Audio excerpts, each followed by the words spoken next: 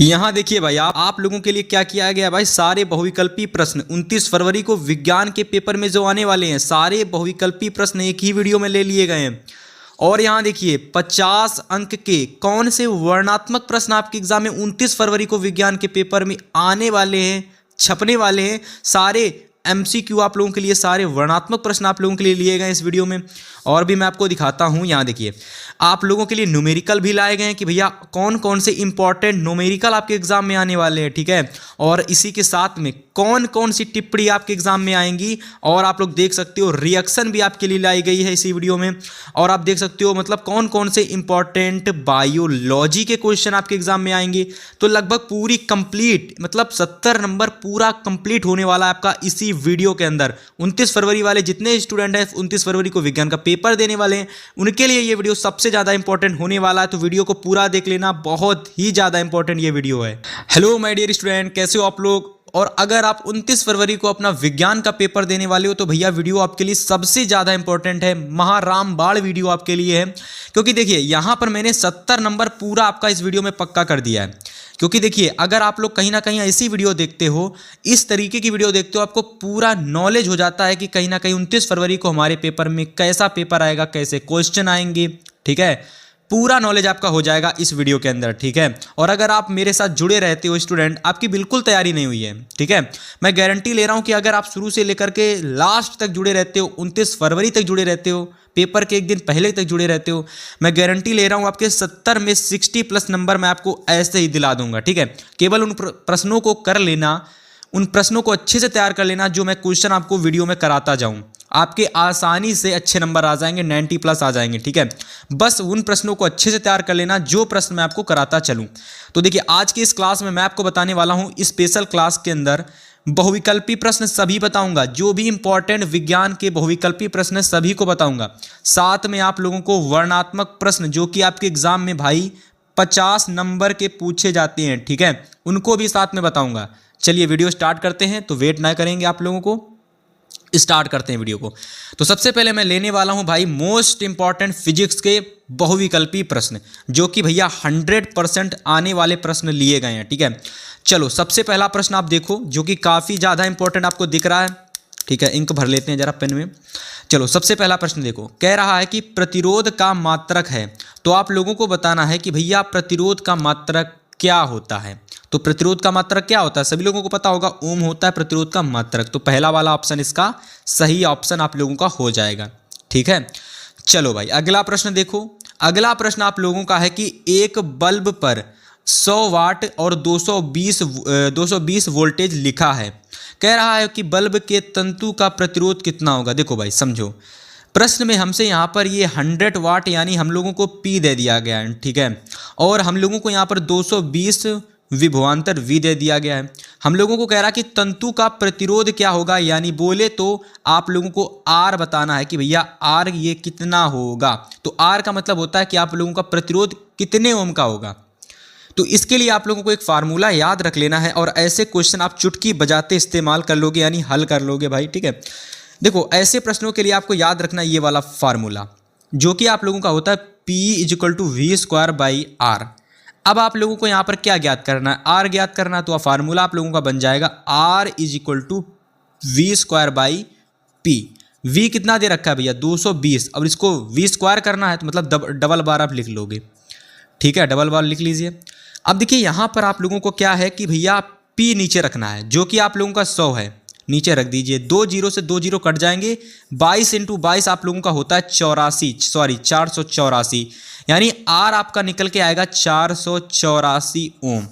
अब देखो 484 ओम आपको ऑप्शन में कहीं दिख रहा है, ये देखो 484 ओम आपका राइट ऑप्शन हो जाएगा। मैं 100% श्योर हूं कि एक क्वेश्चन आपको एग्जाम में इस तरीके का जरूर देखने को मिलेगा, नोट कर लेना भाई। अगर चैनल पर पहली बार आए हो, पहली बार चैनल पर विजिट किए हो, वीडियो को पहली बार देख रहे हो, लाइक कर देना। और भी मैंने बहुत इंपॉर्टेंट वीडियोज़ आपके लिए बना रखी हैं, तो सब्सक्राइब करने के बाद उन वीडियोज़ को भी जा करके देख लेना, आपके लिए बहुत इंपॉर्टेंट क्लास होने वाला है ये। अब देखो अगला प्रश्न आप लोगों का है, ये भी देखिए एक इंपॉर्टेंट न्यूमेरिकल से रिलेटेड क्वेश्चन है, 100% आएगा प्रश्न ये। कह रहा है कि किसी चालक में 2 एम्पियर की विद्युत धारा बह रही है, यानी कोई चालक है, ठीक है, कोई चालक है जो आप घर में यूज़ करते हो, वही चालक यानी वही तार। तो कोई एक चालक तार है जिसमें 2 एम्पियर की विद्युत धारा बह रही है और कितने सेकंड, 2 सेकंड में चालक से कह रहा है कि 2 एम्पियर की विद्युत धारा बह रही है और उसी तार में 2 सेकंड में, मतलब उसी चालक तार में 2 सेकंड में गुजरने वाला आवेश बताना, यानी 2 सेकंड में कितना आवेश गुजरेगा उस तार से।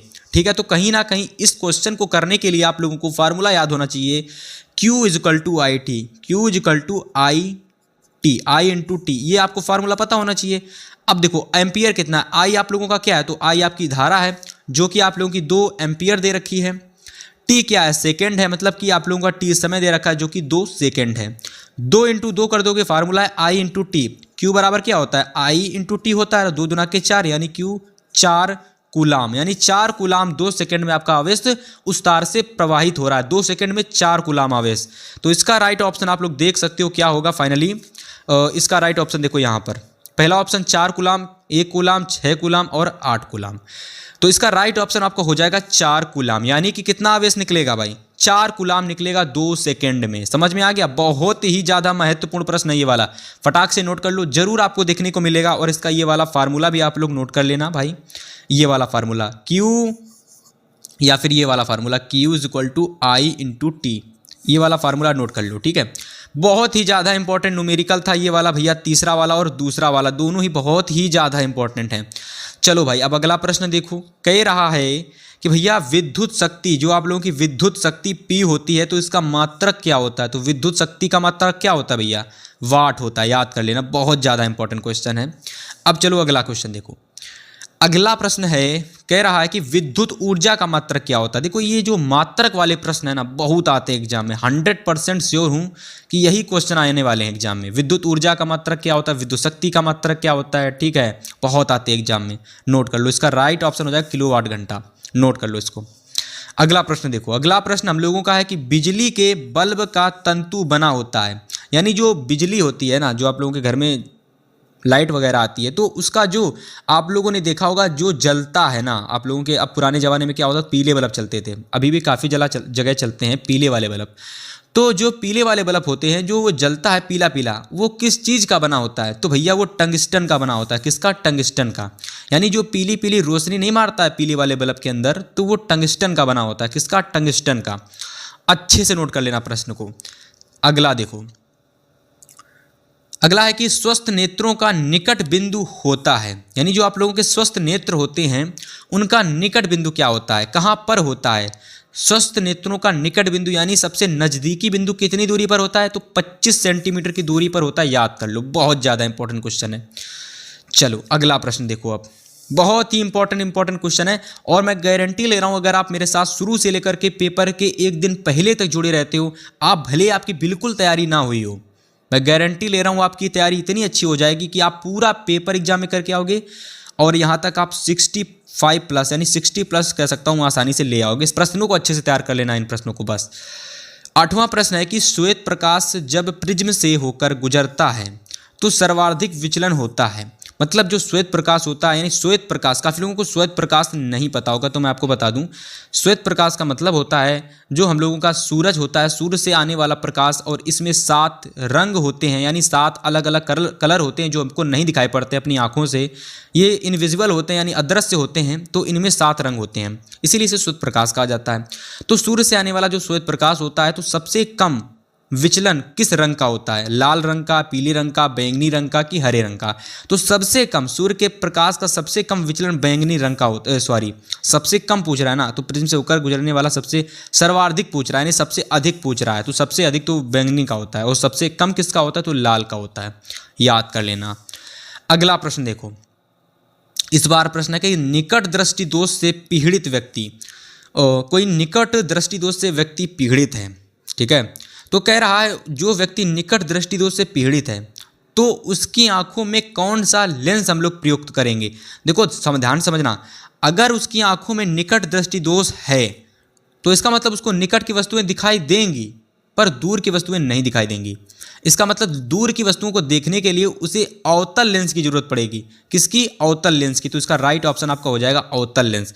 निकट दृष्टि दोष में निकट की वस्तुएं दिखाई पड़ती हैं बट दूर की वस्तुएं नहीं दिखाई पड़ती हैं। तो दूर की वस्तुओं को देखने के लिए हम लोगों को आंखों में अपनी अवतल लेंस का चश्मा प्रयोग करना पड़ता है। तो इसीलिए इसका राइट ऑप्शन आप लोगों का हो जाएगा अवतल लेंस। समझ में आ गया।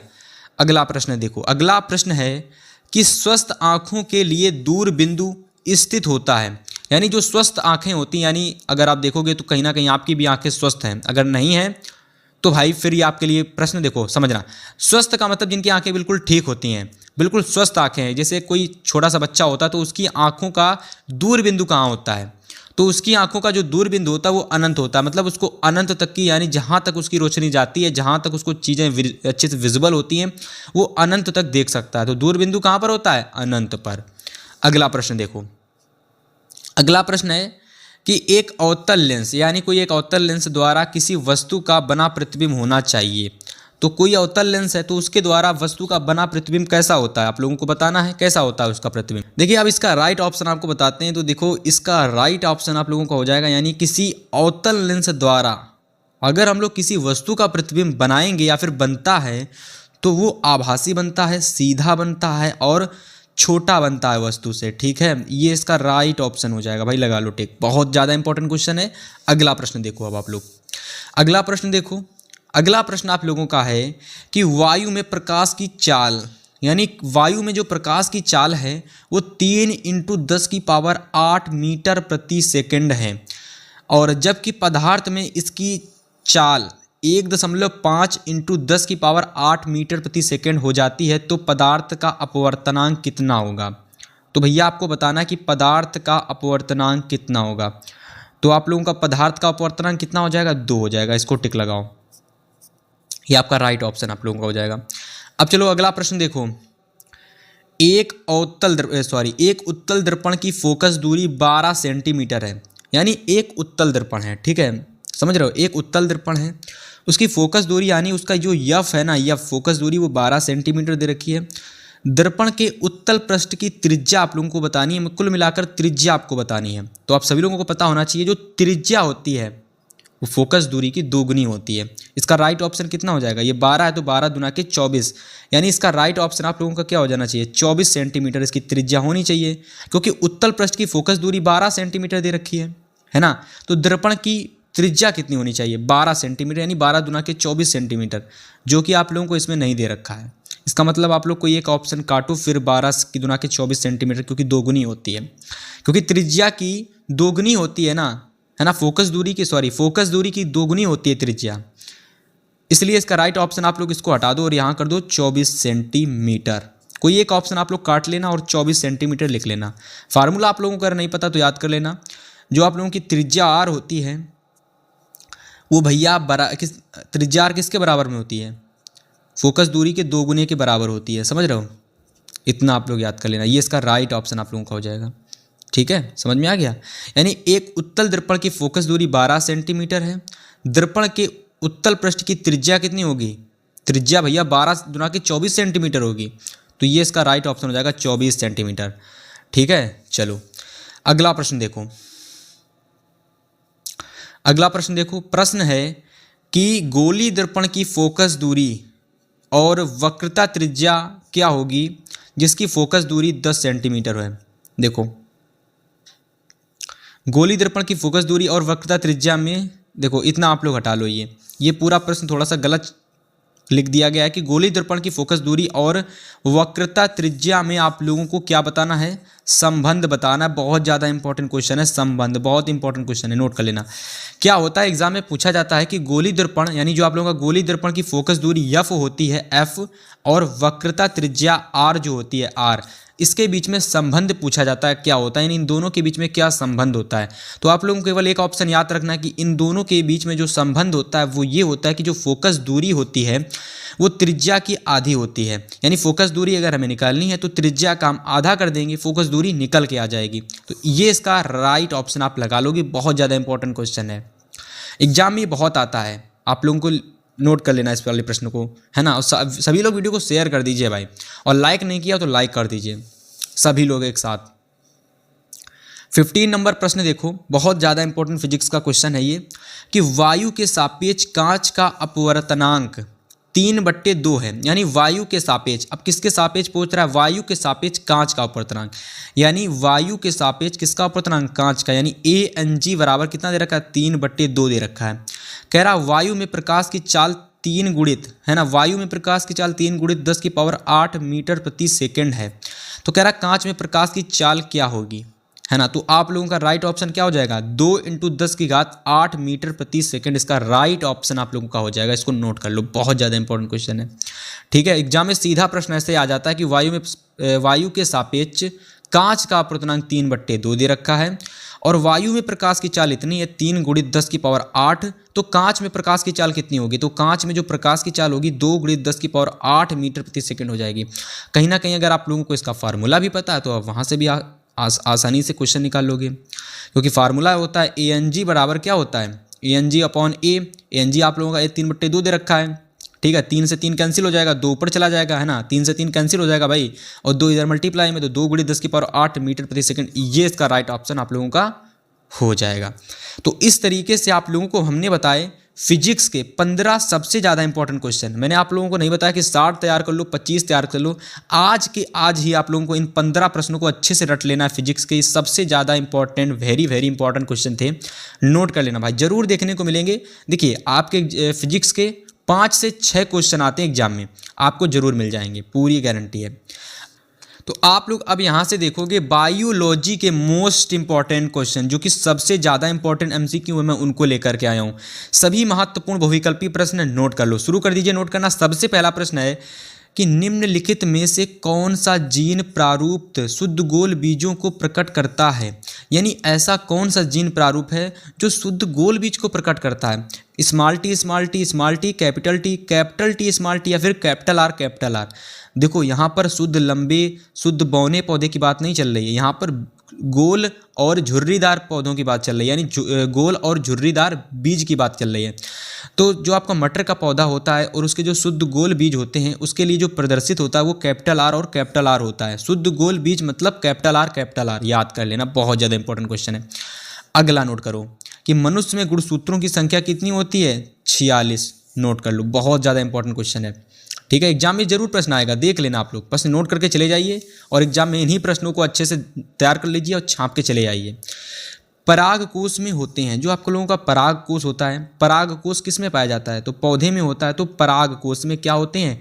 पराग कोश में पराग कण होते हैं। क्या होते हैं? पराग कण होते हैं। अगला देखो, निषेचन के बाद पुष्प का कौन सा पौधा फल में बदल जाता है? तो ये आप लोगों का अंडाशय जो होता है ये फल में बदल जाता है, इसको याद कर लो। अगला प्रश्न है कि पराग कण, है ना, पराग कण किसके अंदर बनते हैं? तो आप लोगों को पता होना चाहिए, अभी मैंने ऊपर वाले प्रश्न में बताया था कि पराग कोश के अंदर क्या होते हैं? पराग कण होते हैं। तो पराग कण किसके अंदर बनते हैं? तो पराग कोश के अंदर बनते हैं ना। तो ये इसका राइट ऑप्शन आप लोगों का हो जाएगा।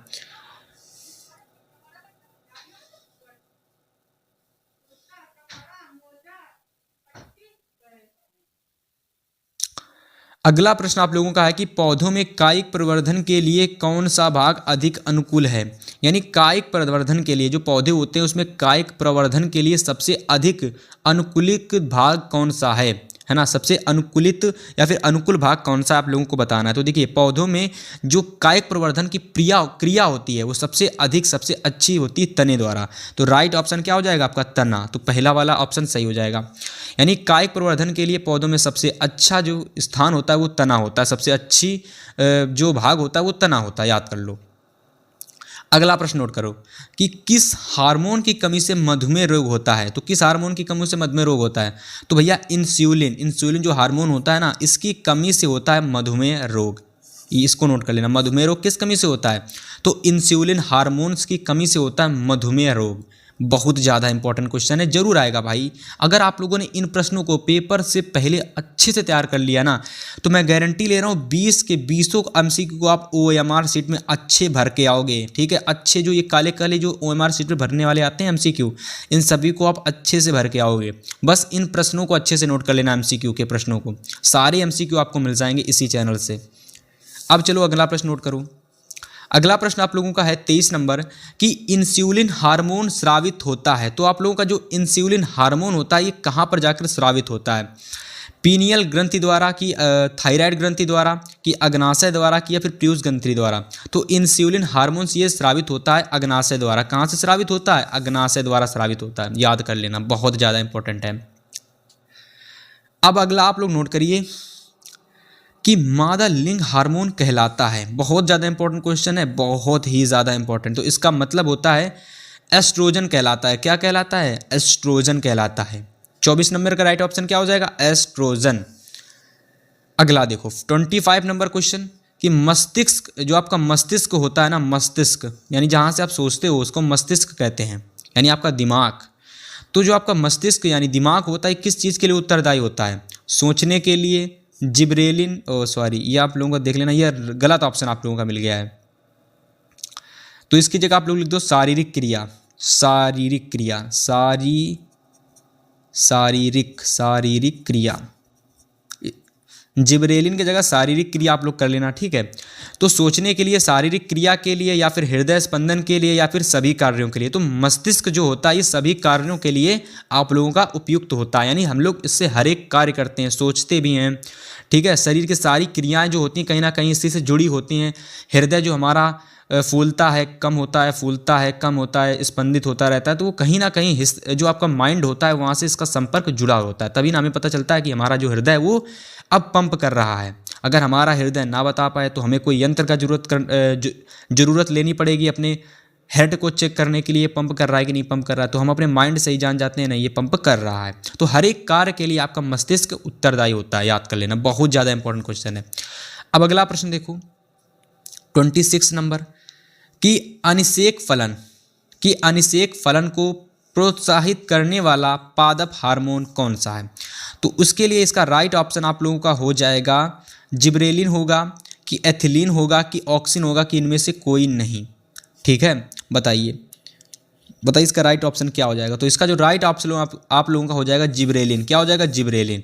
तो अनिषेक फलन के लिए प्रोत्साहित करने वाला जो पादप हार्मोन होता है, यानी पौधों में कौन सा हार्मोन होता है जो अनिषेक फलन को प्रोत्साहित करता है? तो जिब्रेलिन हार्मोन। इसको याद कर लेना, बहुत ज़्यादा इंपॉर्टेंट क्वेश्चन है, ठीक है। सारे के सारे बायोलॉजी के क्वेश्चन आपको बता रहे हैं, ठीक है। चलिए अगला प्रश्न देख लीजिए। अगला प्रश्न 27 नंबर प्रश्न, यानी हमारा 27 बायोलॉजी का अगला प्रश्न कि मनुष्य में लार ग्रंथियों की संख्या होती है। बहुत ज़्यादा इंपॉर्टेंट क्वेश्चन है कि मनुष्यों में लार ग्रंथियों की संख्या कितनी होती है। तो ये वाला प्रश्न देखो, एक प्रश्न जो कहीं ना कहीं भाई HW के लिए छोड़ा जाता है, और बहुत ही आसान क्वेश्चन HW के लिए छोड़ते हैं, क्योंकि आप सभी को पता होना चाहिए कि HW में कठिन क्वेश्चन छोड़ेंगे तो भाई बहुत कम स्टूडेंट उसका आंसर दे पाएंगे। तो बहुत आसान प्रश्न हमने आप लोगों के लिए कमेंट में छोड़ा है। जो भी इसका कमेंट करेगा, यानी जो भी इसको कमेंट करके बताएगा, और आज मैं आप लोगों के लिए 3 प्रश्न होमवर्क के लिए देने वाला हूँ। तो सबसे पहला प्रश्न जो कमेंट करेगा भाई उसकी कमेंट को लाइक किया जाएगा, ठीक है, इस दिल वाले इमोजी के साथ में कमेंट करना। इसका राइट ऑप्शन क्या है? तो आपकी कमेंट को लाइक किया जाएगा। जितने लोग कमेंट करेंगे उन सभी लोगों की वीडियो को कमेंट को लाइक किया जाएगा। कि मनुष्य में लार ग्रंथियों की संख्या 1 जोड़ी होती है, 3 जोड़ी होती है, 2 जोड़ी होती है, कि 4 जोड़ी? अच्छे से प्रश्न को पहले देख लेना। मनुष्यों में लार ग्रंथियों की संख्या कितनी होती है? मनुष्य में लार ग्रंथियों की संख्या पूछी जा रही है, तो अच्छे से एक बार देख लेना, इसके बाद कमेंट करना। अगला प्रश्न देखो, अगला प्रश्न है कि पल्मोनरी सिरा रुधिर लाती है। तो पल्मोनरी जो सिरा होती है रुधिर कहाँ से लाती है? तो बाएं अलिंद में लाती है, कि दाएं अलिंद में लाती है, कि बाएं नीले में लाती है, कि दाएं नीले में लाती है? तो पल्मोनरी सिरा रुधिर को लाती है बाएं अलिंद में। कहाँ लाती है? बाएं अलिंद में लाती है। अच्छे से नोट कर लेना प्रश्न को। अगला प्रश्न देखो 29 नंबर कि क्लोरोप्लास्ट के ग्रैना में बनते हैं। जो आप लोगों का क्लोरोप्लास्ट होता है ना, अच्छे से प्रश्न को पहले देख लो कि जो क्लोरोप्लास्ट होता है इसके ग्रैना में क्या बनते हैं। तो भैया इसके ग्रैना में देखो, सबसे पहले एक तो याद कर लेना, ATP तो बनता ही बनता है ना, ATP तो सभी में, लेकिन इसके साथ में NADP2H बनता है। NADP2H तो देखो यहाँ पर NADP2H दे रखा है, यहाँ पर भी NADP2H दे रखा है, बट यहाँ पर ऑप्शन में एक चीज़ गड़बड़ दे दी जाती है जो मैंने नहीं लिखी है, आप लोग लिख लेना। यहाँ पर क्या होता है NADPH2H2, यहाँ पर मतलब यहाँ पर इसके हाइड्रोजन के साथ 2 चढ़ा दिया जाता है। इसी वजह से ये वाला जो फर्स्ट वाला ऑप्शन है ये गलत हो जाता है ना, और ये वाला ऑप्शन आपका सही हो जाता है, यानी ATP तथा NADP2H, ये पूरा ऑप्शन आपका सही हो जाता है। इसको आप एग्जाम में टिक लगा के आएंगे, यानी क्लोरोप्लास्ट की ग्रैना में ATP और NADP2H बनता है। अच्छे से देख लेना इसको। 30 नंबर प्रश्न है कि हीमोग्लोबिन महत्वपूर्ण भूमिका निभाता है। तो हीमोग्लोबिन जो महत्वपूर्ण भूमिका निभाता है वो श्वसन में निभाता है। किसमें? श्वसन की क्रिया में हीमोग्लोबिन महत्वपूर्ण भूमिका निभाता है। अब चलो यहाँ से हमारे 30 प्रश्न पूरे कंप्लीट हो चुके हैं। ठीक है, चलिए भाई, अब हम लोगों के 30 प्रश्न पूरे हो चुके कंप्लीट। अब हम आपको बताने वाले हैं भाई मोस्ट इंपॉर्टेंट केमिस्ट्री के महत्वपूर्ण प्रश्न, जो कि भाई MCQ होने वाले हैं।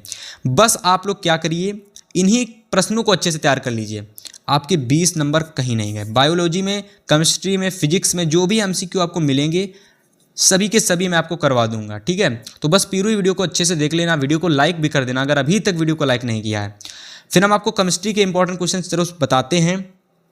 सबसे ज़्यादा बार पूछे जाने वाले महत्वपूर्ण प्रश्न हैं। काफ़ी लोग सोच रहे होंगे कहाँ कहाँ से प्रश्न लाए जा रहे हैं, तो आपके लिए हमने इन प्रश्नों को अनसॉल्व्ड पेपर से, क्वेश्चन बैंक से, यहाँ से आप लोगों के लिए पेपर को क्वेश्चन को उठाया है।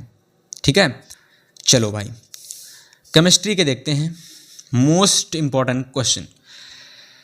तो देखिए सबसे पहला क्वेश्चन हमारा है कि विकर्ण संबंध के तत्व हैं, यानी जो हम लोगों के विकर्ण संबंध के तत्व हैं। आप लोगों को, अगर आप लोगों ने आवर्त सारणी पढ़ी होगी तो आवर्त सारणी में आप लोगों को विकर्ण संबंधी तत्व देखने को मिले होंगे। अगर नहीं मिले हैं तो बस जान लो, ये प्रश्न आता है, केवल यही प्रश्न ऐसा जो विकर्ण संबंध तत्व से पूछा जाता है। प्रश्न है कि विकर्ण संबंध के तत्व कौन से हैं। तो विकर्ण संबंध के जो तत्व हैं वो लिथियम है, लिथियम होता है, लेकिन लिथियम के साथ में मैग्नीशियम होता है, बाकी बेरिलियम, सोडियम, सिलिकॉन ये कुछ नहीं होता है। तो विकर्ण संबंधी के तत्व कौन से हो जाएंगे? लिथियम और मैग्नीशियम। अच्छे से नोट कर लो। अगला प्रश्न वैसा का वैसा ही है कि लिथियम जो हमारा Li होता है ना, लिथियम, तो इस लिथियम के विकर्ण संबंध जो तत्व होता है इसके साथ में कौन सा तत्व यानी दर्शाया जाता है या फिर कौन सा तत्व जुड़ा होता है? तो मैग्नीशियम, ऊपर वाले को देखो, मैग्नीशियम जुड़ा होता है, तो इसका राइट ऑप्शन ये हो जाएगा। अगला प्रश्न है कि एक तत्व M है, ठीक है, एक तत्व M है, तो इसके कार्बोनेट का जो सूत्र है वो MCO3 है। इसके क्लोराइड का सूत्र क्या होगा? तो कोई तत्व अगर यम है तो उसके कार्बोनेट का सूत्र ये है, तो उसका जो क्लोराइड का सूत्र है वो क्या होगा? तो उसका क्लोराइड का सूत्र हो जाएगा MCl3। ये नोट कर लो, इंपॉर्टेंट क्वेश्चन। अगला प्रश्न है कि प्राकृतिक गैस का प्रमुख अवयव है। तो प्राकृतिक गैस का प्रमुख अवयव आपका मीथेन है। कौन है? मीथेन। नोट कर लो। अगला प्रश्न है कि 35 नंबर की एसिटिल्डिहाइड का आयुपेसी नाम होता है। तो एसिटिल्डिहाइड का आयुपेसी नाम क्या होता है? एसिटिल्डिहाइड का आयुपेसी नाम एथेनल होता है। क्या होता है? एथेनल। इसको अच्छे से नोट कर लो, ठीक है भाई। चलो आगे के प्रश्न देखो। 36 नंबर प्रश्न है। 36 नंबर प्रश्न आप लोगों का कि एथिल अल्कोहल, जो आप लोगों का एथिल अल्कोहल होता है C2H5OH, इसका आयुपेसी नाम क्या है? तो उस एथिल अल्कोहल का आयुपेसी नाम होता है, देखो यहाँ पर एथिल अल्कोहल का आयुपेसी नाम पूछा जा रहा है। आयुपेसी नाम, रासायनिक नाम नहीं पूछ रहा, रासायनिक नाम तो पहले से ही दे रखा है। तो एथिल अल्कोहल का आयुपेसी नाम होता है एथेनॉल। एथेनॉल ये दे रखा है, इसको नोट कर लो। निम्न में से सजाती युग्म कौन सा है? तो निम्न में से सजाती युग्म कौन सा है भाई? सजाती युग्म मतलब कि जो कहीं ना कहीं अपनी जो क्रियात्मक समूह है ना उससे जुड़ा हुआ है। तो यहाँ पर देखो क्रियात्मक समूह समान है, यहाँ पर एक कार्बन, यहाँ 2 कार्बन, ये बिल्कुल गलत। यहाँ CH3OH है, यहाँ पर OH नहीं, यहाँ CHO है, तो ये भी गलत है। यहाँ पर देखो अलग अलग क्रियात्मक समूह है, तो गलत है। अगला है CHO और यहाँ पर भी CHO है, तो ये तो आप लोगों का सही है भाई। ये वाला देखो OH और यहाँ ये भी गलत है। इसका राइट ऑप्शन आप लोग तीसरा वाला यानी ये वाला लगा लो। यानी निम्न में सजाती युग्म कौन सा है? CHO। मतलब आपको अगर ऐसा प्रश्न आ जाए एग्जाम में ना, तो आपको ये देखना है सजाती युग्म, यानी आपको क्रियात्मक समूह देखना है कि लास्ट में CHO दे रखा है। इसमें जो देखो जैसे OH दे रखा था, यहाँ CHO दे रखा था, इसलिए नहीं है। यहाँ पर एक कार्बन है, यहाँ डबल कार्बन दे रखा है, इसलिए ये नहीं है। सेम कंडीशन यहाँ OH दे रखा था, यहाँ पर भाई बीच में ऑक्सीजन है, OH कहीं है ही नहीं, तो इस वजह से ये भी नहीं होगा। ये वाला आपका राइट ऑप्शन हो जाएगा। नोट कर लो, इस वाले को जरूर प्रश्न आता है, ये वाला श्योर एकदम। अगला प्रश्न नोट करो 38 नंबर प्रश्न है कि भाई सल्फर डाइऑक्साइड, जो हम लोग की SO2 सल्फर डाइऑक्साइड होती है, तो इसका जलीय विलयन कैसा होता है? तो जलीय विलयन इसका कैसा होता है? अम्लीय होता है। इसका जलीय विलयन कैसा होता है? अम्लीय होता है। यानी SO2 जो होती है इसका जलीय विलयन कैसा होता है? अम्लीय होता है। इसको नोट कर लो। निम्नलिखित में से कौन सी धातु जल के साथ सामान्य ताप यानी समान टेम्परेचर पर क्रिया कर लेती है? ज़्यादा गर्म ना करो, ज़्यादा ठंडा मत करो, ज़्यादा मिल्ट मतलब कुछ ना करो, सामान्य टेम्परेचर रहने दो और आसानी से क्रिया हो जाएगी। वो धातु आपकी होती है सोडियम, क्योंकि सोडियम धातु बहुत ज़्यादा क्रियाशील होती है, दूसरे पायदान पर आती है क्रियाशीलता में, इसी वजह से ये बहुत ही जल्दी क्रिया कर लेती है, चाहे जैसी अवस्था हो, सामान्य अवस्था होनी चाहिए बस। ठीक है, 39 प्रश्न हमारे हो चुके हैं।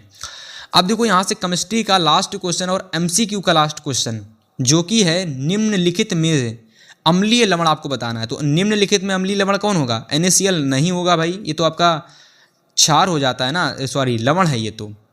अम्लीय लवण पूछ रहा है, ये तो आपका उदासीनी लवण है, तो ये तो बिल्कुल गलत है। तो ये आपका राइट ऑप्शन होगा NaHSO4, ये आपका अम्लीय लवण हो जाता है, इसको नोट कर लो भाई।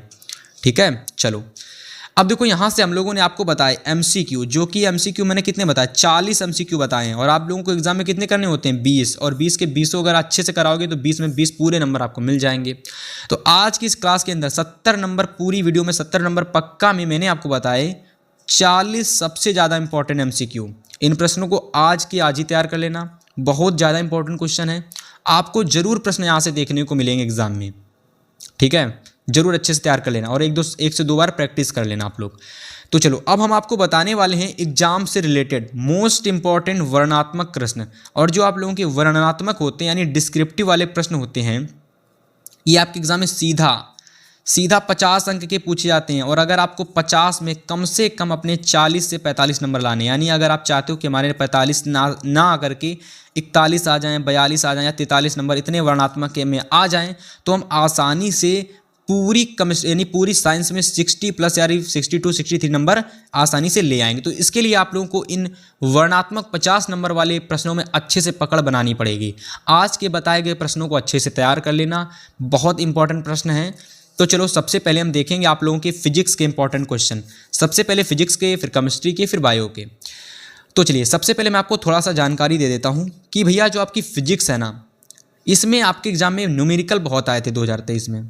इसी वजह से मैंने फिजिक्स के लिए इंपॉर्टेंट न्यूमेरिकल लिए हैं, क्योंकि अगर आप लोगों ने न्यूमेरिकल्स पर फोकस कर लिया तो फिर आपकी फिजिक्स जो है ना क्लास 10th की जो साइंस है उसमें आपके अच्छे नंबर आएंगे। क्योंकि फिजिक्स में वर्णात्मक में आते हैं न्यूमेरिकल्स, जो कि कहीं ना कहीं आपको पूरे के पूरे 15 से 16 नंबर के आते हैं।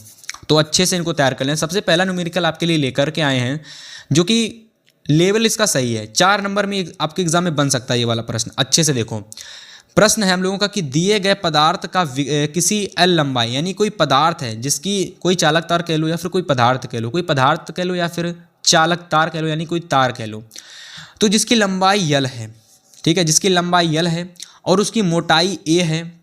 तो फिर कह रहा है उस कंडीशन में उस चालक तार का प्रतिरोध 4 ओम है। यानी अगर उसकी लंबाई, इसकी मतलब ये चालक तार है, इस चालक तार की लंबाई L है और इसकी जो ये मोटाई है ना, ये मोटाई ये भैया आप लोगों की A दे रखी है, और फिर उस कंडीशन में इस चालक तार का प्रतिरोध आप लोगों को दे रखा है 4 ओम। यदि हम क्या करें, इसी चालक तार को इसकी आधी लंबाई कर दें, इस चालक तार की आधी लंबाई कर दें, और इसका जो क्षेत्रफल है यानी इसकी जो मोटाई है, इसकी जो पूरी मोटाई है, इसको हम लोग 2 गुना कर दें, और फिर हमसे पूछ रहा है कि भैया इसका प्रतिरोध क्या होगा। क्या होगा। तो प्रश्न को दोबारा पढ़ सकते हो कि दिए गए पदार्थ का किसी L लंबाई तथा A मोटाई के तार का प्रतिरोध 4 ओम है, और इसी के पदार्थ किसी अन्य तार का प्रतिरोध क्या होगा जिसकी लंबाई हाफ कर दें और चौड़ाई को हम लोग 2 गुना कर दें।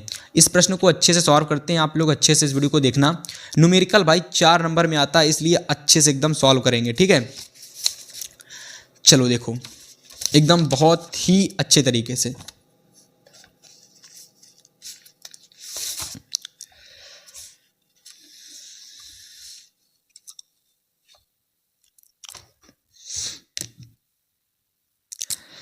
तो देखो सबसे पहले यहाँ पर आप लोगों को ये देखना होगा, जैसे मैं आपको न्यूमेरिकल करा रहा हूँ ना, सेम ऐसा ही न्यूमेरिकल आपको एग्जाम में हल करके आना। तो मैं इसको हल करता हूँ क्वेश्चन को, आप इसको अच्छे से देखना।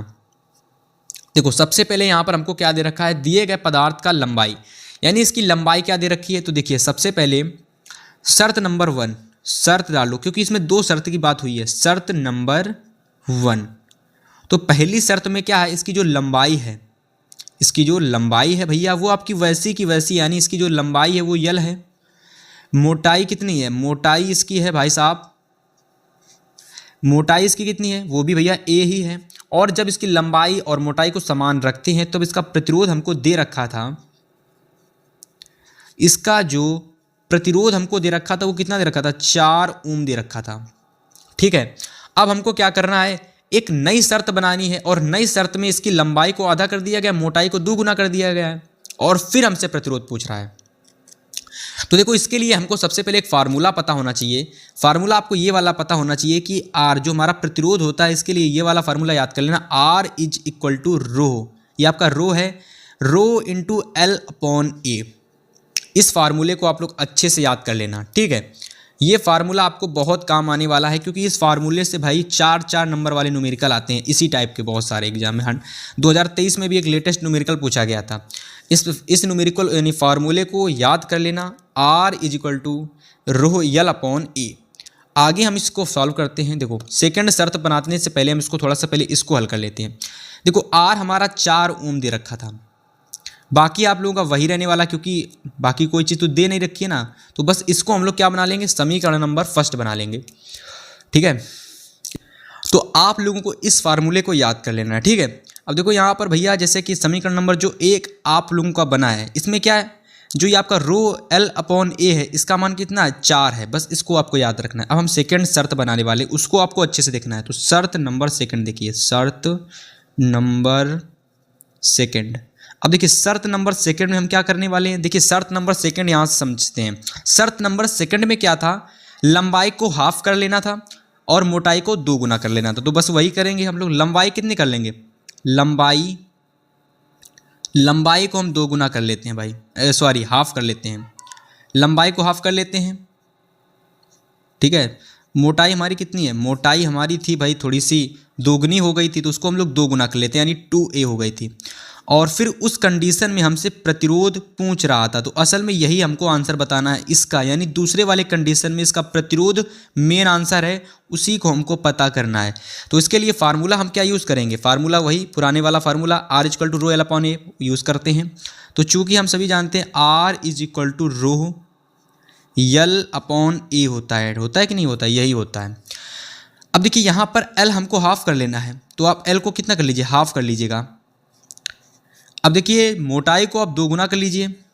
अब जो ये आपका रो है ये एज इट इज़ रहेगा, और लेकिन ये हमारा देखिए ये हमारा दूसरा प्रतिरोध निकलेगा, इसको हम आर डैश मान लेते हैं, इसको हम आर डैश मान लेते हैं।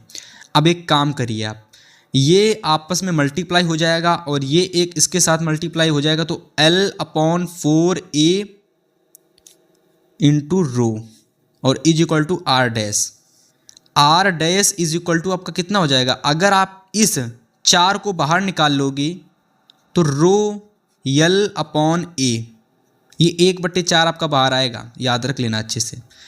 अब आप लोगों को चूंकि याद होगा कि रो एल अपॉन ए की वैल्यू आप लोगों ने ऊपर कितनी निकाली थी, 1 निकाली थी ना, तो इसको फाइनली आप यहाँ पर पुट कर दोगे। ठीक है, चूंकि आप यहाँ ऐसे लिख दोगे ब्रैकेट में, चूंकि करके लिख दोगे, चूंकि rho L upon A is equal to 4, और ये आप लिख दोगे ब्रैकेट में समीकरण 1 से।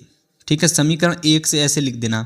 देन इसके बाद आप लिख दोगे R dash is equal to 1/4, और ब्रैकेट में इसका मान 4 था चूंकि इसका मान, और 4 से 4 ये कैंसिल हो जाएगा।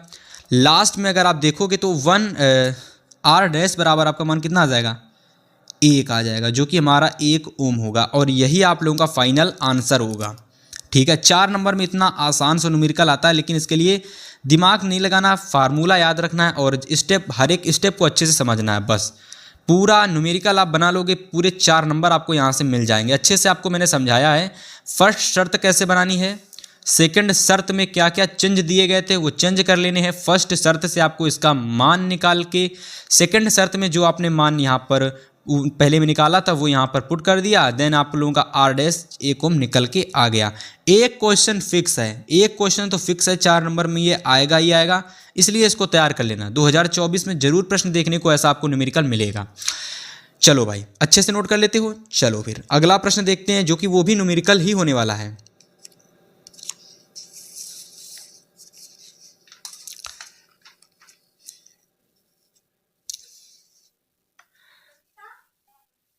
अगला न्यूमेरिकल आप लोगों का है, लेकिन इस न्यूमेरिकल को समझने से पहले मैं आपको थोड़ा सा बता देता हूँ कि ये वाला जो आप लोगों का न्यूमेरिकल है ये आपके एग्जाम में 4 नंबर में भी पूछा जा सकता है और 2 नंबर में भी पूछा जा सकता है। तो आप लोगों को इस न्यूमेरिकल को भाई अच्छे से तैयार कर लेना है। न्यूमेरिकल आप लोगों का है कि किसी विद्युत बल्ब का अनुमतांक 220 वोल्ट पर 100 वाट है। यानी कोई विद्युत बल्ब है, कोई एक बल्ब है और वो जो बल्ब है 100 वाट का है और उसे जलाने के लिए 220 वोल्ट की ज़रूरत पड़ती है। जब इसे हम लोग 110 वोल्ट पर प्रचलित करते हैं तो इसके शक्ति कितनी होती, तब इसकी शक्ति कितनी होगी वो आपको बतानी है। चलो भाई इस प्रश्न को अच्छे से हल करते हैं। देखो कैसे आपको हल करते हैं, जैसे आपको मैं हल कराऊंगा सबसे पहले वो समझना है आपको। सबसे पहले क्या है कि भाई यहाँ पर सबसे पहले सॉल्व हेडिंग लगा लेते हैं। सॉल्व से पहले आपको थोड़ा समझा देते हैं कि भैया क्या होता है कि जब हम लोग इसको 220 वोल्ट, मतलब कि जब हम लोग 220 वोल्ट जो ये हमारा बल्ब है ये 100 वाट का है, तब हम इसको 220 देते हैं, ठीक है। तो उस कंडीशन में इसका आर आपको निकाल लेना है ना। उस कंडीशन में जब आप इसका आर निकाल लोगे, पूरा प्रश्न अगर आपने अच्छे से पढ़ा है तो देखो दे रखा था किसी विद्युत बल्ब का अनुमतांक 220 पर 100 दे रखा है। जब इसे 110 पर प्रचलित करते हैं तो भैया इसकी शक्ति क्या होगी।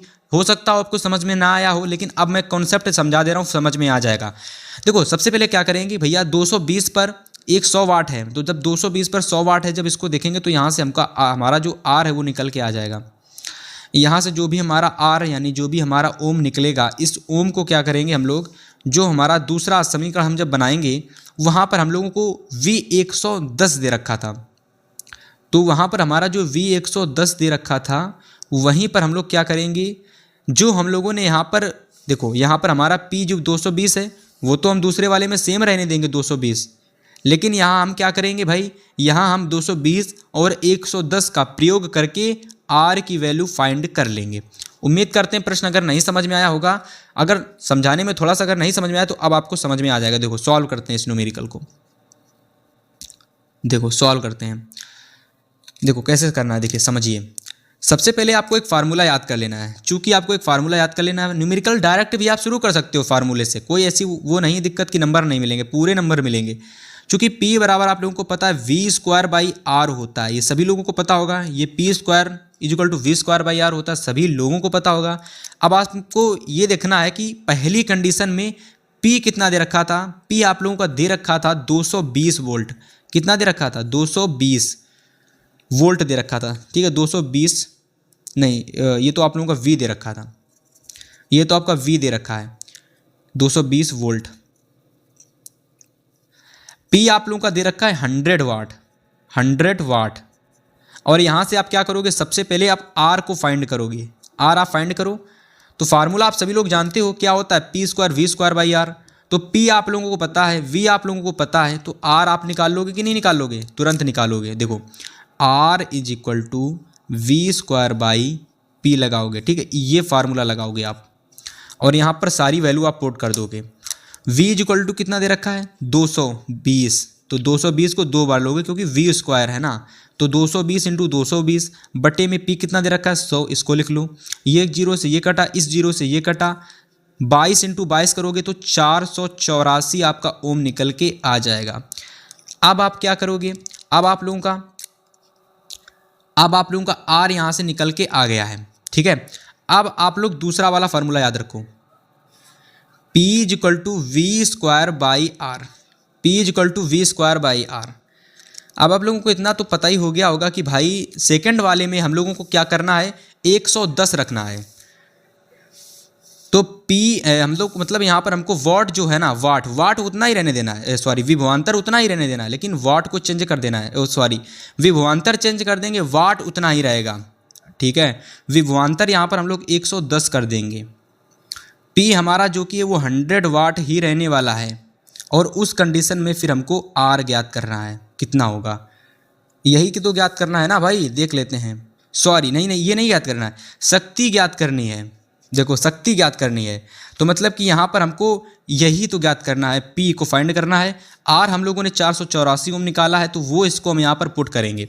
देखो P हमको निकालना है तो P निकालते हैं। देखो V बराबर कितना दे रखा है, 110, इसको 2 बार लिख लो, 110 × 110 आर कितना दे रखा है 484, इसको लिखा रहने दो। अब आप जब इसको पूरे को काटोगे तो ऐसे काटो, देखो 11 एकम 11, 11 चौक 44, ठीक है 11 चौक 44, और फिर चाहे तो 11 चौक 44, इस तरीके से हो गया 11 एकम 11, 11 चौक 44, ठीक है। 10 इंटू 10 कितना हो गया, 10 इंटू 10 हो गया। ये कितना हो जाएगा भाई, देख लेना आप लोग, 10 इंटू 10 बट्टे में 4, और ये आपका हो जाएगा 100 बट्टे में 4, 4 दुना के 8, 4 पंचे 20, यानी फाइनली आपका जो P निकल के आ जाएगा वो कितना निकलेगा 25 निकलेगा। अब ये चूंकि आप सभी जानते हो इसका वाट होता है तो 25 वाट, तो फाइनली जो उसकी शक्ति होगी वो कितनी होगी 25 वाट होगी। तो जब हम लोग 110 विभवांतर यूज़ करेंगे उसमें तो शक्ति हमारी 25 वाट की होगी, ठीक है। शक्ति उसमें कितनी होगी, यानी वो 25 वाट का बल्ब होना चाहिए। जब हम लोग उसमें 110 का विभवांतर लगाएंगे तो भैया 25 वाट की शक्ति यानी 25 वाट का बल्ब होना चाहिए। इसका राइट ऑप्शन आपका 25 हो जाएगा। पूरा अच्छे से आप क्वेश्चन को देख लेना। क्वेश्चन में 2 फार्मूले यानी एक ही फार्मूला कहें तो यूज हुआ है, 2 नहीं केवल एक फार्मूला, ये वाला फार्मूला, जो कि मैंने थोड़ा सा इसको अलग अलग तरीके से यूज़ किया है, देख लेना। सबसे पहले ये वाला बनाया, फिर ये वाला बनाया, एंड देन लास्ट आप लोगों को जो 110 यूज करना है विभवांतर, क्योंकि हमें 110 पर शक्ति ज्ञात करनी है ना, तो 110 विभवांतर लिखा, और प्रतिरोध आपका 484 ओम ही रहने वाला है और वही रहेगा। फिर वहाँ से हम P ज्ञात कर लेंगे आसानी से, जो कि 25 वाट निकल के आएगी। अच्छे से इसको नोट कर लो भाई, बहुत ज़्यादा इंपॉर्टेंट न्यूमेरिकल है, 100% ये बोर्ड एग्जाम में आने वाला है। चलो अगला देखो, अगला न्यूमेरिकल आप लोगों का ये भी काफ़ी ज़्यादा इंपॉर्टेंट है। इस बहुत ज़्यादा 2024 में यही न्यूमेरिकल आपको देखने को मिलेंगे 4 नंबर में। न्यूमेरिकल आप लोगों का है कि 220 वोल्ट की विद्युत लाइन पर, 220 की कोई विद्युत लाइन है तो उस पर उपयोग किए जाने वाले बहुत से बल्बों का अनुमतांक 10 वाट है। यानी कि कोई 220 वोल्ट विभवांतर की विद्युत लाइन है, यानी 220 वोल्ट का हम विभवांतर लगाते हैं और उसी विभवांतर में बहुत सारे बल्ब लगा देते हैं, और सभी बल्बों का जो वो है वो 10 वाट है, ठीक है। और यदि 220 वोल्ट लाइन से अनुमतांक विद्युत धारा 5 एम्पियर की, और उसमें हम 5 एम्पियर की विद्युत धारा प्रवाहित करते हैं, तो इस लाइन के 2 तारों के बीच में कितने बल्ब हम लोग लगा सकेंगे। मतलब 5 एम्पियर की धारा बहती है, ठीक है, 10 वाट का बल्ब होना चाहिए और 220 विभवांतर होना चाहिए। कितने बल्ब हम लोग इसमें प्रयुक्त कर सकते हैं, ऐसा प्रश्न घुमा देने वाला माइंड को प्रश्न है। लेकिन अगर आपने इस प्रश्न को अच्छे से समझ के हल किया, फिर भाई प्रश्न को अच्छे से कर लोगे। तो सबसे पहले आपको ध्यान से समझना है यहाँ पर एक चीज़, जो कि ये है कि भाई सबसे पहले यहाँ पर क्या दे रखा था, हम केवल रेड पेन से ही आपको समझाने वाले हैं। देखो सबसे पहले यहाँ पर देखो दिया क्या गया था, तो दिया था आप लोगों को, हम केवल रेड का यूज़ करने वाले हैं। तो देखो दिया आप लोगों को क्या दिया गया था, आप लोगों को V दे रखा था 220 वोल्ट, 220 वोल्ट दे रखा था। ये वोल्ट होता है, वोल्ट नहीं होता है, वोल्ट होता है। और इसके साथ में आप लोगों को अनुमतांक यानी 10 वाट आप लोगों को शक्ति दे रखी थी, 10 वाट, ठीक है। और इसी के साथ में क्या कह रहा था भाई, आप लोगों को 5 एम्पियर की विद्युत धारा भी इसमें प्रवाहित करने के लिए कह रहा था, तो उसको भी लिख लेते हैं 5 एम्पियर की विद्युत धारा। और हमसे इसमें यह पूछ रहा था कि भैया क्या होगा, इसका प्रतिरोध क्या होगा। तो सबसे पहले हम लोग क्या करते हैं, यहाँ से हम लोग प्रतिरोध निकाल लेते हैं, ठीक है। फार्मूला आप सभी लोगों को पता होगा, P = V²/R। यहाँ से हम लोग R निकाल लेते हैं, यहाँ से हम लोग इस फार्मूले से R निकालते हैं, जो कि बहुत बार हम फार्मूले का प्रयोग कर चुके हैं। तो P आप लोगों को पता है 10 वाट है, ठीक है। V आप लोगों को पता है 220 है, और इसको 220 को 2 बार लिख लो भाई। हमको R पता करना है, तो इस R को ऊपर भेज देंगे, और 220 × 220 बट्टे में 10, 10 से 1 0 कैंसिल हो जाएगा, 2200। ये आपका देखिए 484, 22 × 22 484 और 1 0, तो 4840 ये ओम निकल के आपका आ जाएगा। इतना आप लोगों का ये ओम निकल के आ गया है, ठीक है। अभी ये पूरा क्वेश्चन नहीं हुआ है, अभी हम लोगों ने केवल एक प्रतिरोध मतलब पूरे प्रतिरोध निकाला है, मतलब पूरा प्रतिरोध निकाला है, उस जितने भी बल्ब लगे हैं उन सभी का पूरा प्रतिरोध निकाला है। अभी हमको बल्ब की संख्या ज्ञात करनी है। तो देखो सबसे पहले आपको ये देखना है कि जो बल्ब हैं ये कैसे जुड़े हुए हैं। तो अगर आप देखोगे तो ये जो बल्ब है ना, ये पार्श्व क्रम में यानी समांतर क्रम में जुड़े हुए हैं। कैसे हैं, समांतर क्रम में, समांतर कह लो या फिर समांतर क्रम कह लो, ठीक है। तो ये समांतर क्रम में संयोजित हैं। ठीक है, तो इसका मतलब इसके लिए formula 1/r = 1/r' plus 1/r2s, ये वाला फार्मूला हम लोग यूज़ करने वाले हैं। देखो सबसे पहले आप लोगों को पता होना चाहिए कि चूंकि r = v/i होता है, ये सभी को आप लोगों को पता होना चाहिए। ठीक है, ये सभी लोगों को पता है कि नहीं पता है? पता होगा। अब देखो v बराबर कितना है, v बराबर आप लोगों का कितना है भाई, v बराबर आप लोगों का है 220, v बराबर कितना है 220, i बराबर कितना है 5। तो ये एक बल्ब पर हम लोग निकाल रहे हैं, एक बल्ब पर। ठीक है, एक बल्ब पर हम लोग यहाँ पर निकाल रहे हैं r = v/i। ठीक है, देखो ये एक बल्ब पर निकाल रहे हैं, ध्यान समझना, ये एक बल्ब पर। ये आप लोग चाहे इसको R1 मान लो और इसको आप R' मान लो, या फिर इसको केवल R' मानो, या फिर देखो इसको आप R' मान लो, इसको केवल R मानो। तो केवल R हम लोग अभी निकाल रहे हैं, जो कि हमारा होगा 5 चौके 20, 5 चौके 20, और हमारा जो केवल R है वो निकल के आया 44 ओम। केवल R हमारा निकल के आया 44 ओम, ये हमारा केवल R निकल के आया है। ठीक है, अब देखो हमको एक फार्मूला पता है पार्श्व क्रम के लिए, पार्श्व क्रम के लिए चूंकि हमारे जो बल्ब हैं वो पार्श्व क्रम में संयोजित हैं, तो ऐसे लिख दोगे पार्श्व क्रम में संयोजित बल्ब, पार्श्व क्रम में संयोजित बल्ब की संख्या। अब भैया जो पार्श्व क्रम में बल्ब संयोजित हैं, अगर हम इसकी संख्या नहीं जानते हैं, तो अगर हम इसकी संख्या को n मान लें तो कोई दिक्कत होगी? कोई दिक्कत नहीं होगी, n है। पार्श्व क्रम में संयोजित बल्बों की संख्या n है। तब इसका फार्मूला क्या बनेगा? देखो तब इसका फार्मूला जो बनेगा पार्श्व क्रम यानी समांतर क्रम के लिए 1/r = 1/r1 plus 1/r2 plus 1/r3 और प्लस करके डॉट डॉट ये से चलता रहेगा। सबसे पहले आपको यहाँ पर एक चीज़ ध्यान देनी है कि ये जो आपका 1/r है ना, ये 1/r इसका जो मान है भाई, आप लोगों को अगर नहीं पता तो पता होना चाहिए। 1/r, अभी हम इसका नाम मान बाद में रखेंगे। सबसे पहले आपको ये देखना है कि ये r है ना, तो इनकी संख्या कितनी हम लोगों ने मानी थी? n मानी थी।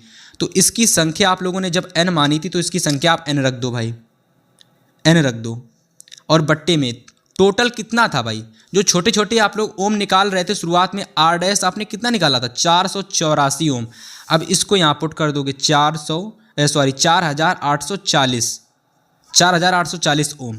ठीक है, और आपने एक बल्ब के लिए तो देखिए प्रत्येक बल्ब यानी अलग अलग बल्बों के लिए आप लोगों ने कितना निकाला था? टोटल करके इतना निकाला था। लेकिन केवल सिंगल बल्ब के लिए यानी टोटल बल्ब के लिए R आपने निकाला था 44, जो कि आप यहाँ पुट करोगे तो 1/r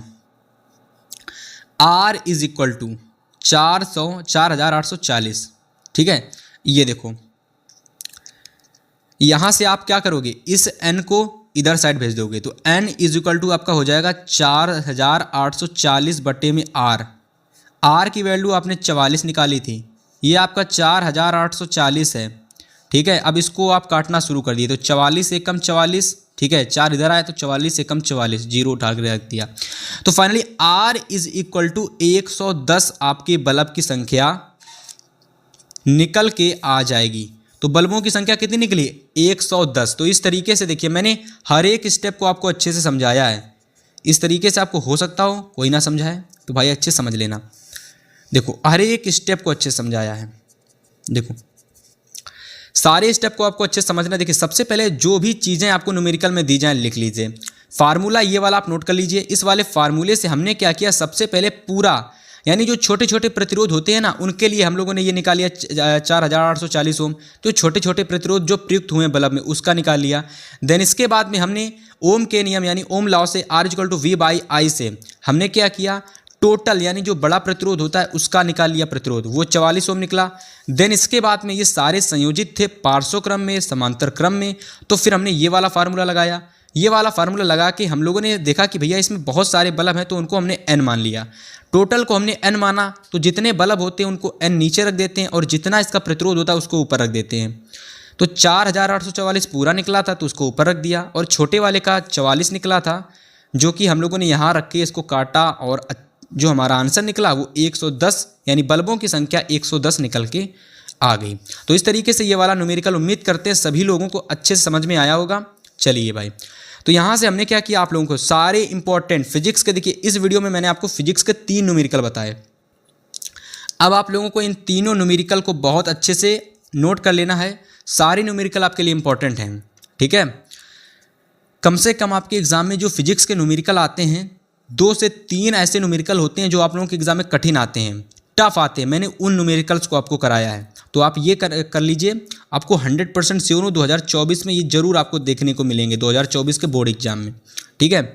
अब चलो हम आपको बताने वाले केमिस्ट्री के इंपॉर्टेंट क्वेश्चन, जो कि भाई 50 नंबर वाले वर्णनात्मक प्रश्न होने वाले हैं। और आपको ये देखना है कि जो 50 नंबर के वर्णनात्मक प्रश्न आते हैं, इसमें से कैसे कैसे प्रश्न आने वाले हैं। तो सबसे पहले आपको मैं बता देता हूँ कि जो आपका एग्जाम होने वाला है, उसमें साइंस के जो वर्णनात्मक केमिस्ट्री के प्रश्न आएंगे, उसमें सबसे पहला प्रश्न आपका आने वाला है महत्वपूर्ण टिप्पणियों का। अब आपके एग्जाम में जो टिप्पणी आती हैं, आप कोई 2023 का सेट उठा के देख लो, कोई भी सेट उठा के देख लो, टिप्पणी ज़रूर पूछी जाती हैं। तो जैसे कि एसिटीकरण, सजातीय श्रेणी, ऑक्सीकरण आपकी हो गई, संकलन अभिक्रिया हो गई, क्रियात्मक समूह, और एक और टिप्पणी आप लोगों की है ऐसे साबुनीकरण। साबुनीकरण इसको आप लोग जरूर तैयार कर लेना, साबुनीकरण, साबुनीकरण, ठीक है। तो साबुनीकरण, एसिटीकरण, सजातीय श्रेणी, ऑक्सीकरण, संकलन अभिक्रिया और क्रियात्मक समूह। तो ये सारी, ये 5 और एक ये छठी, ये 6 आप लोगों को अच्छे से टिप्पणी तैयार कर लेनी है।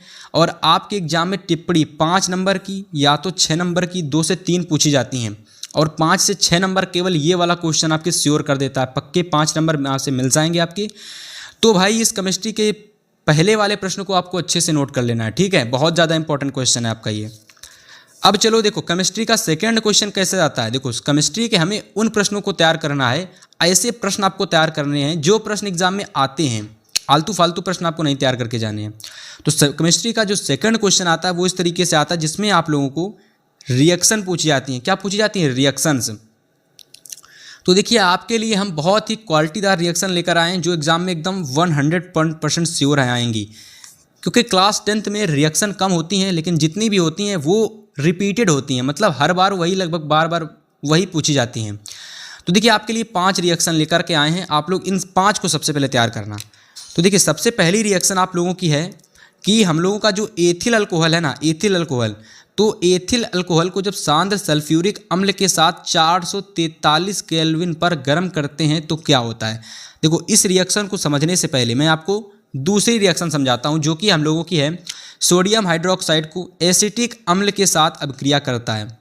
यानी कि जो हमारा सोडियम हाइड्रोक्साइड यानी NaOH है ना, NaOH सोडियम हाइड्रोक्साइड, ये जब हम लोगों का किससे क्रिया करता है, एसिटिक अम्ल से क्रिया करता है, तो क्या होता है। देखो सबसे पहले यहाँ समझो, एसिटिक अम्ल का फार्मूला होता है CH3COOH, ये एसिटिक अम्ल का फार्मूला होता है। तो एसिटिक अम्ल जब क्रिया करता है NaOH से तो क्या बनाता है। देखो सबसे पहले यहाँ समझो आप लोग कि जब ये दोनों आपस में क्रिया करते हैं ना, इसको आप लोग नीचे इस तरीके से निशान बना लेना मेल्ट का। जब ये आपस में क्रिया करते हैं तो CH3COO आपस में टूटता है और ये Na के साथ जुड़ जाता है।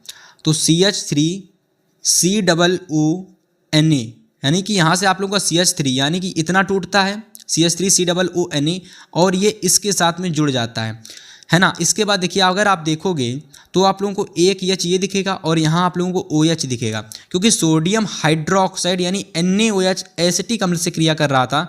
तो CH3COO Na बंद कर निकल जाएगा और साथ में आपका H + OH बचता है, तो ये आपका H2O के फॉर्म में बाहर निकल जाता है। ठीक है, ये समझ में आ गया आप लोगों को। चलिए भाई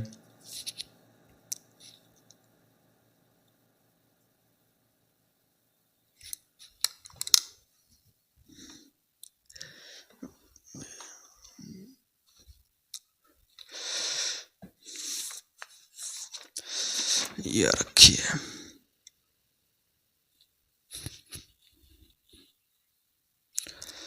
ठीक है, तो इस तरीके से पहली वाली रिएक्शन आपको उम्मीद करते हैं अच्छे से समझ में आ गई होगी। पहली वाली रिएक्शन, हालांकि पहली वाली रिएक्शन तो ये थी, बट मैं इसको लास्ट में आपको समझाऊंगा। ठीक है, पहले आपने ये वाली समझ ली, B नंबर वाली। अब देखो C नंबर वाली समझो।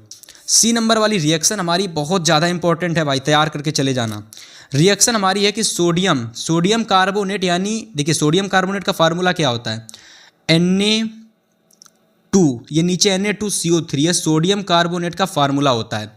सोडियम कार्बोनेट एसिटिक अम्ल यानी CH3COOH, ठीक है, CH3COOH यानी CH3COOH के साथ में क्रिया करता है तो क्या होता है। मैंने आपको बताया कि क्लास 10th में बहुत ईजी रिएक्शन आती हैं, आसान सी एकदम रिएक्शन, तो बस आपको अच्छे से याद कर लेना है।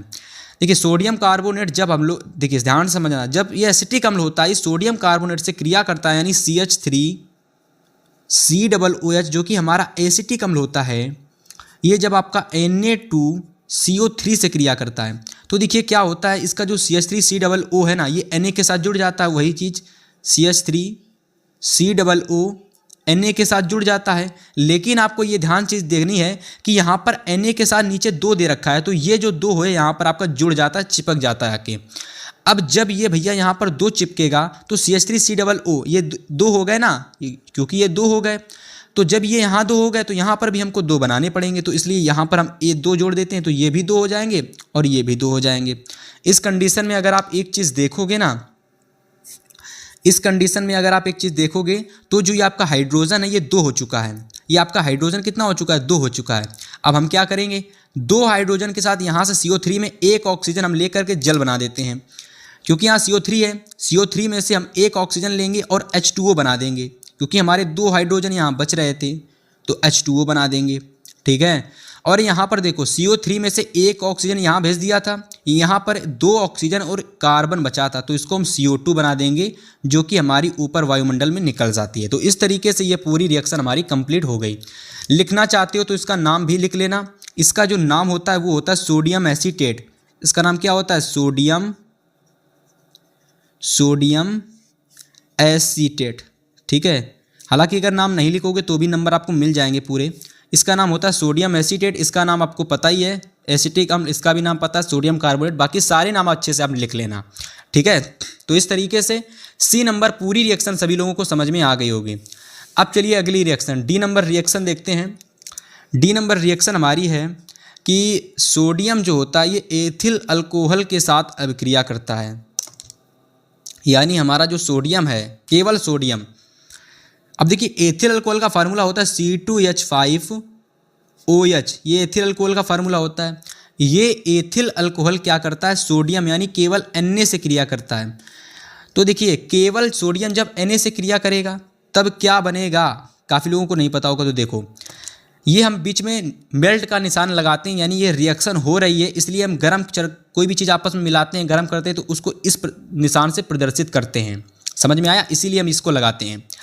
तो देखो यहाँ से क्या होता है कि ये भैया आप लोगों का जो C2H5O है ना, ये Na से जुड़ जाता है, तो क्या बना लेता है C2H5, यानी यहाँ से ये इतना टूटा है और ये Na से जुड़ जाता है, तो C2H5O Na आपस में जुड़ गया।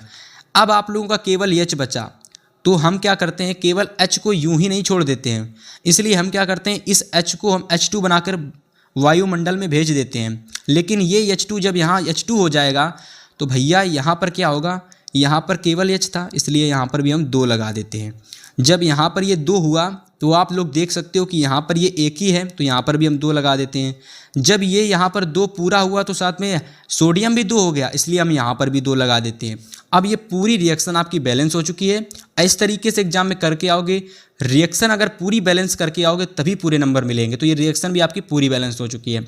अगर रिएक्शन आपको कहीं ना समझ में आई हो तो आप कमेंट कर देना, वरना एक बार दोबारा से वीडियो को देख लेना, यानी दोबारा से कोई चीज़ ना समझ में आए उसी चीज़ को पुनः वापस वहाँ से देख लेना। ये रिएक्शन आपको नहीं समझ में आई, जहाँ से ये रिएक्शन मैंने समझानी शुरू की थी वहाँ से इस रिएक्शन को आप दोबारा देख लेना, पूरी रिएक्शन आपको समझ में आ जाएगी।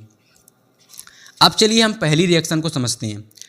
पहली रिएक्शन हमारी थी जिसमें हम लोगों को एथिल अल्कोहल को लेना था, C2H5OH यानी एथिल अल्कोहल को हमको 443 केल्विन पर गर्म करना था। कितनी केल्विन पर, 443 केल्विन पर इसको गर्म करना था। तो जब हम लोग इसको 443 केल्विन पर गर्म करते हैं तो देखो क्या होता है, यानी ये आपस में जब 443 केल्विन पर गर्म होता है, मेल्ट होता है, तो देखिए C2H4 बनता है। क्या बनता है, C2H4 यानी CH2 बनता है। ये आपका एथीन बनता है। क्या बनता है, एथीन। तो ये आप लोगों की एथीन है। इसको आपको याद कर लेना है कि जब हम लोग एथिल अल्कोहल को 443 केल्विन पर गर्म करते हैं तो एथीन बनता है जिसका फार्मूला CH2 होता है, बीच में डबल बॉन्ड होता है और इसके साथ में आप लोगों का जल होता है वो बाहर निकल जाता है। इस तरीके से आपको ये फार्मूला याद कर लेना है, यानी ये रिएक्शन आपको अच्छे से याद कर लेनी है। 4 रिएक्शन मैंने आपको बताई हैं और चारों रिएक्शन को बहुत अच्छे से स्टेप बाय स्टेप समझाया है, अच्छे से उम्मीद करते हैं सभी को। तो इस तरीके से आपको केमिस्ट्री के इतने इंपॉर्टेंट क्वेश्चन में तैयार कर लेना है। सबसे पहले आपको टिप्पणी अच्छे से तैयार कर लेनी है, ठीक है। इसके बाद में जो मैंने आप लोगों को यहाँ पर रिएक्शन बताई हैं, क्या होता है जब, याद नहीं लगा बताने के लिए, बट ये क्या होता है जब वाली रिएक्शन है। आपके एग्जाम में 2 तरीके की रिएक्शन आती है, क्या होता है जब और कैसे प्राप्त करोगे। क्लास 10 के लिए जो रिएक्शन इंपॉर्टेंट है, सफिशियंट है, मतलब कि ज़्यादा इंपॉर्टेंट रिएक्शन नहीं आती है क्लास 10 में, जो रिपीटेड होती है बार बार, उन्हीं को मैं लेकर के आया हूँ। बस उनको तैयार कर लेना। रिएक्शन और टिप्पणी 2 चीज़ें बताई हैं, दोनों को तैयार कर लोगे।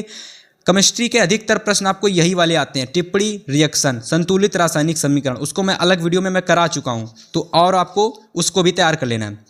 चलिए अब हम आपको बताने वाले हैं बायोलॉजी के मोस्ट इंपॉर्टेंट क्वेश्चन। अब देखिए बायोलॉजी के जो क्वेश्चन होते हैं कहीं ना कहीं ये भी आपको 10 से 15 नंबर पूरे दे करके जाते हैं। तो कौन कौन से आपको क्वेश्चन तैयार करने हैं, देखिए सबसे पहले मैं आपको ऐसे ही दिखा देता हूं, आपको जल्दी से स्क्रीनशॉट ले लेना है क्योंकि वीडियो बहुत ज़्यादा लंबी हो रही है। तो सबसे पहले आपको महत्वपूर्ण अंतर में ये सारे अंतर आपको तैयार कर लेने हैं, फटाक से इनका स्क्रीनशॉट ले लो भाई जल्दी से। ये सारे अंतर आपको तैयार कर लेने हैं, ठीक है।